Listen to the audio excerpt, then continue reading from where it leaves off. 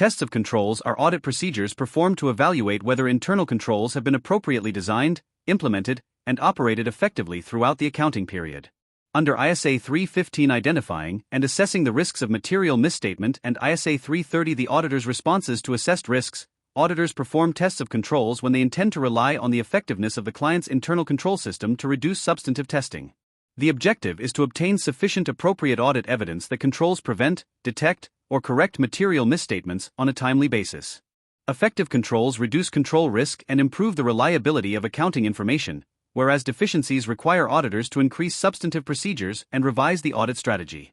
Tests of controls commonly include inquiry, observation, inspection of documents, reperformance, and examination of electronic audit trails to confirm that prescribed control procedures have operated consistently during the reporting period.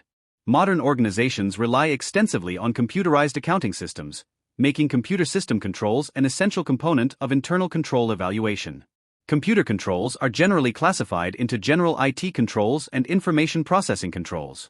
General IT controls provide the overall framework supporting the integrity and security of information systems and include access security, password management, system development controls, program change controls, backup procedures, disaster recovery planning, and physical security over servers and networks. These controls ensure that information systems operate reliably and that unauthorized access or system failures do not compromise financial reporting. Information processing controls, often referred to as application controls, operate within individual accounting applications and include input controls, processing controls, and output controls that ensure transactions are authorized, complete, accurate, and properly recorded. Effective IT controls strengthen financial reporting reliability and reduce the risk of data manipulation or unauthorized transactions. Within every accounting cycle, auditors evaluate control objectives, control procedures, control activities, and the distinction between direct and indirect controls. Control objectives define what management seeks to achieve, such as transaction completeness, authorization, accuracy, safeguarding of assets, or compliance with company policy. Control procedures and activities represent the specific actions implemented to achieve those objectives, including reconciliations, approvals, segregation of duties, physical safeguards, supervisory reviews, and automated validation checks.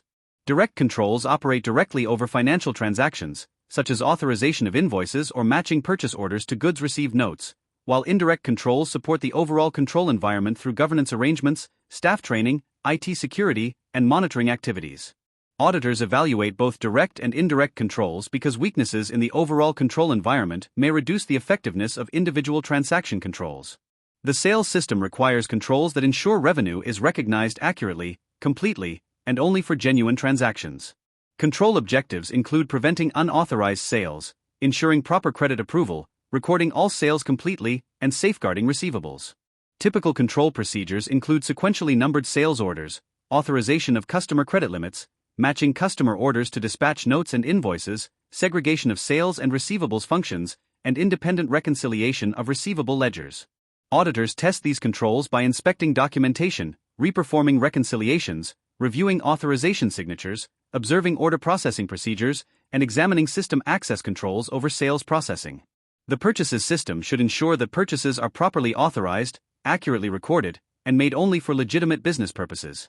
Control activities include authorized purchase requisitions, approved supplier lists, sequential purchase orders, matching purchase orders with goods received notes and supplier invoices, segregation of purchasing and payment functions, and independent supplier statement reconciliations. Tests of controls may include inspection of authorization procedures, verification of three-way matching controls, review of supplier reconciliations, observation of goods receipt procedures, and examination of system controls preventing duplicate invoice processing. Effective purchase controls reduce the risk of fictitious purchases, duplicate payments, and unauthorized expenditure. The payroll system contains significant fraud risk due to direct cash payments to employees. Control objectives include ensuring payments are made only to authorized employees for valid work performed and that deductions are accurately calculated. Key controls include personnel authorization for employee appointments, segregation of payroll preparation and payment functions, independent review of payroll calculations, restricted access to payroll master files, approval of overtime, and reconciliation of payroll accounts.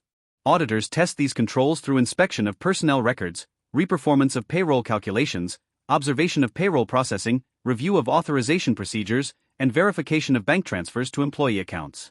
Such controls reduce the risk of ghost employees, unauthorized salary changes, and payroll fraud. The inventory system requires controls over both physical assets and accounting records to ensure accurate valuation and existence.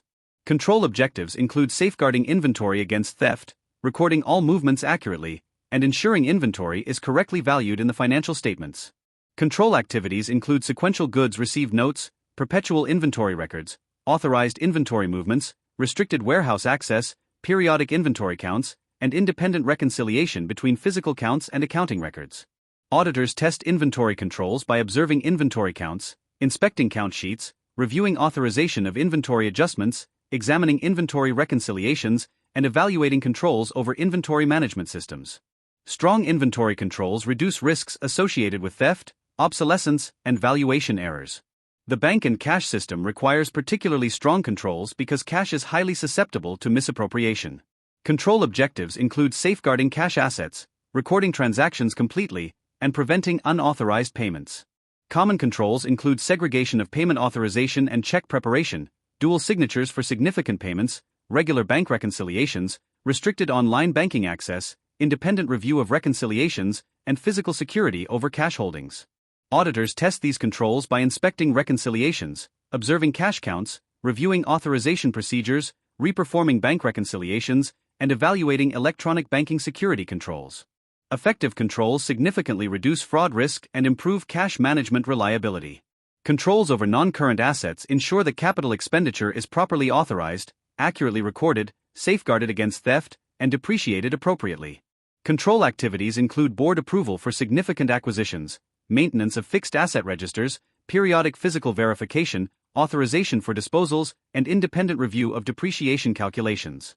Auditors test these controls by inspecting approval documentation, reconciling asset registers to the general ledger, observing physical assets, reviewing disposal authorization procedures, and reperforming depreciation calculations.